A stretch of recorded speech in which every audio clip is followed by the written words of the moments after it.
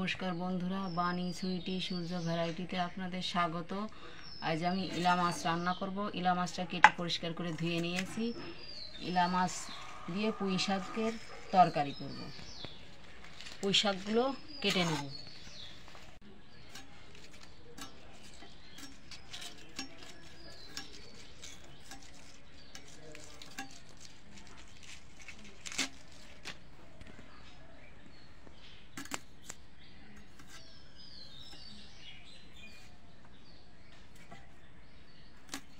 আমি পুঁই শাক এভাবে কেটে নেব,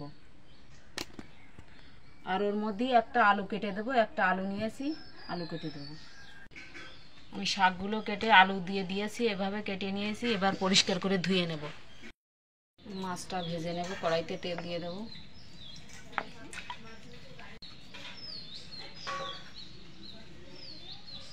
মাছে দিয়ে দেবো হলুদ। ইলা মাছে লবণ দেওয়া থাকে, ওই জন্যই আমি লবণ দেব না। হলুদটা মেখে নেব।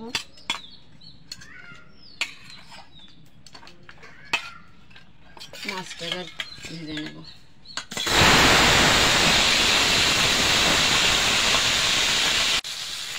মাছটা উল্টে পাল্টে ভেজে নিয়েছি, হয়ে গেছে, তুলে নেব।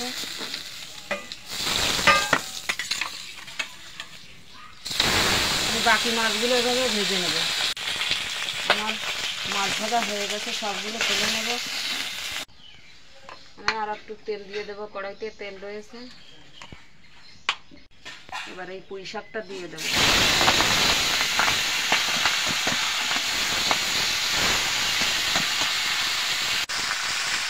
হলুদ দিয়ে দেবো, স্বাদ মতো লবণ দিয়ে দেবো।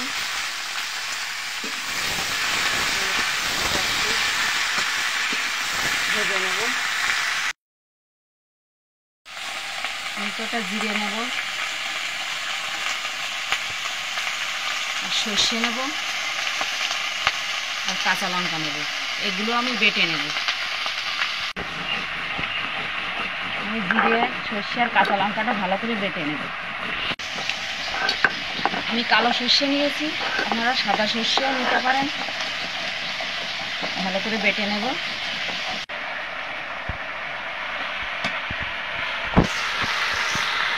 এটা একটু কষিয়ে নিয়েছি ভালো করে। এবার মশলাটা দিয়ে দেবো।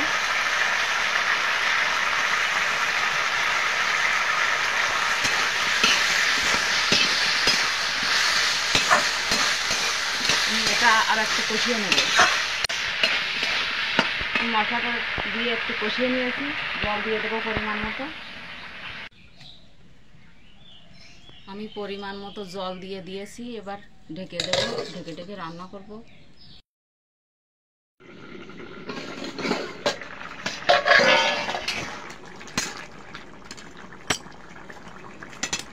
তরকারিটা ঝোলটা কম হয়ে গেছে। এবার এটা আমি এই মাছের মধ্যেই নামিয়ে নেব।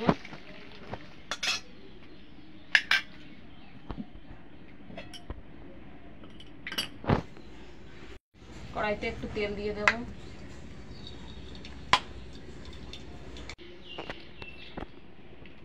তেলটা গরম হয়ে গেছে। আমি কটা জিরে নিয়েছি, জিরে ফোড়ন দিয়ে দেব।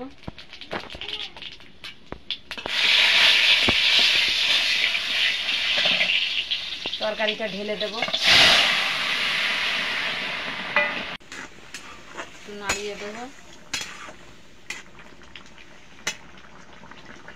তরকারিটা আমি একটু ঢেকে দেব।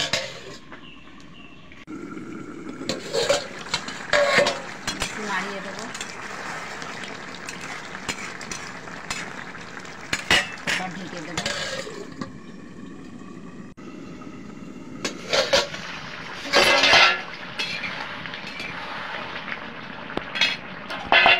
আমার পুঁই শাকের তরকারি হয়ে গেছে, নামিয়ে দেব।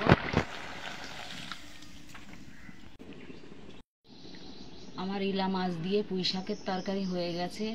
আপনারা অন্য যে কোনো মাছ দিয়ে এভাবে রান্না করতে পারেন। আমার রেসিপিটা যদি ভালো লাগে লাইক, কমেন্ট, শেয়ার করবেন, আর আমার চ্যানেলটা অবশ্যই সাবস্ক্রাইব করবেন।